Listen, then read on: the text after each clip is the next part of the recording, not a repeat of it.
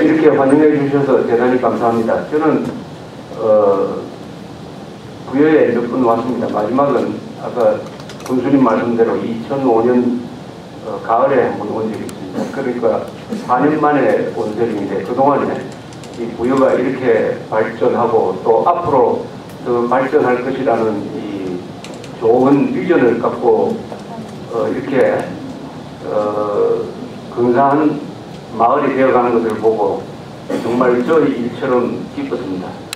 이런 자리를 마련해 주신 우리 김연소 회장님 그리고 김종일 고문님 그리고 김군수님한테 거듭 감사를 드립니다. 더구나 지금 이명박 정부가 4대강 정비개혁을 추진하고 있는데 여기 오면서 보니까 이 백마강 강변을 아름답게 가꾸면은 이 강변이 얼마나 좋아지겠느냐 하는 이런 상상을 한번 해봅니다.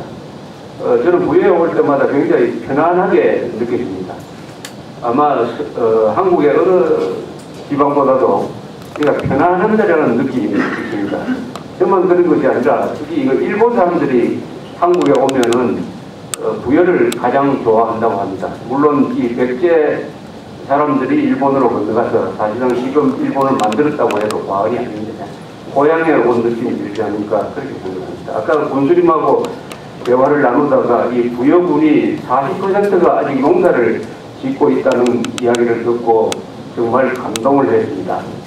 이 농사를 짓는다는 것은 여러 가지 의미가 있습니다. 그것은 단순히 농업을 일으켜서 경제 단위로서의 농업을 지킨다는 의미도 있습니다만은 그보다 어떻게 보면은 이 자연 환경을 지킨다.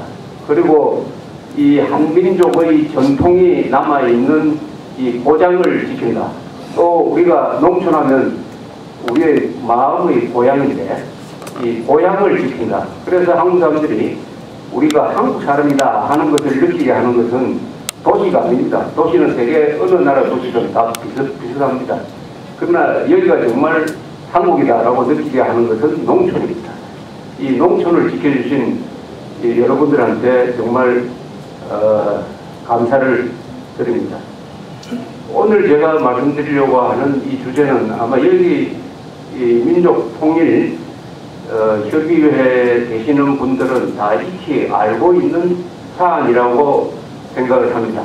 특히 아까 처음에 낭독한 이 민족통일 강령의 내용 안에 우리가 어떤 통일을 해야 되느냐, 통일을 준비하기 위해서는 뭘 길러야 되느냐 하는 것이 그 안에 다 나와 있습니다. 정말 잘 쓰여진 강령입니다. 아마 이 민족통일협의회라는 단체가 박정희 대통령 시절에 만들어졌기 때문에 박정희 대통령이 가지고 있던 그 정신이 이 강령 안에 다 들어있다고 생각합니다.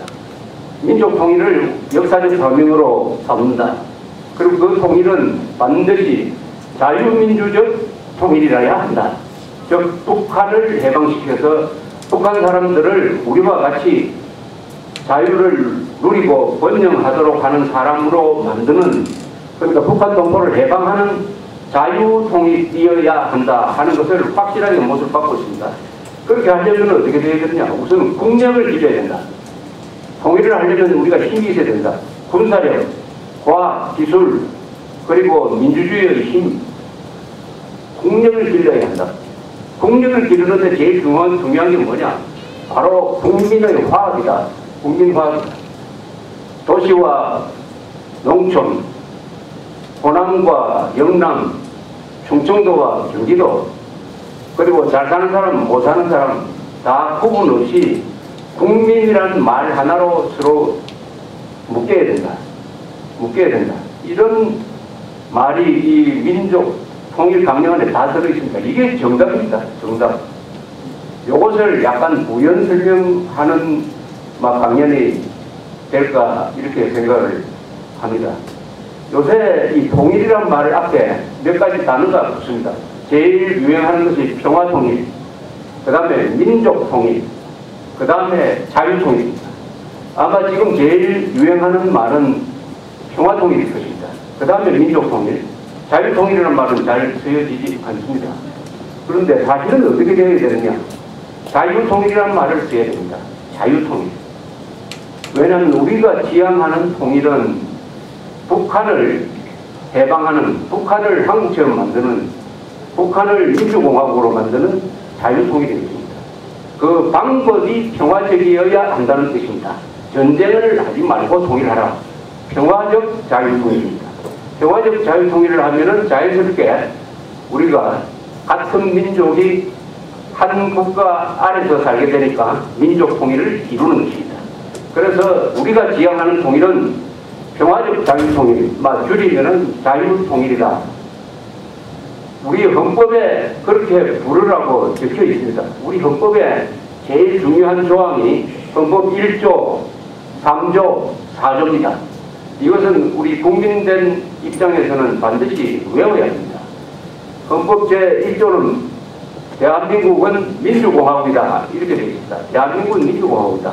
헌법 제3조는 어떻게 되어 있느냐.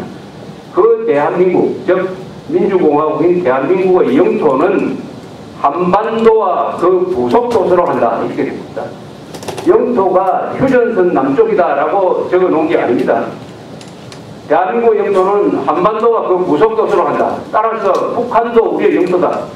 그런데 현실적으로 어떻게 되어 있느냐. 휴전선 북한에는 김일성, 김정일 집단이 정부를 하고 있습니다. 우리 헌법에 비추어 보면은 불법 정거인 것입니다. 불법 정거이다.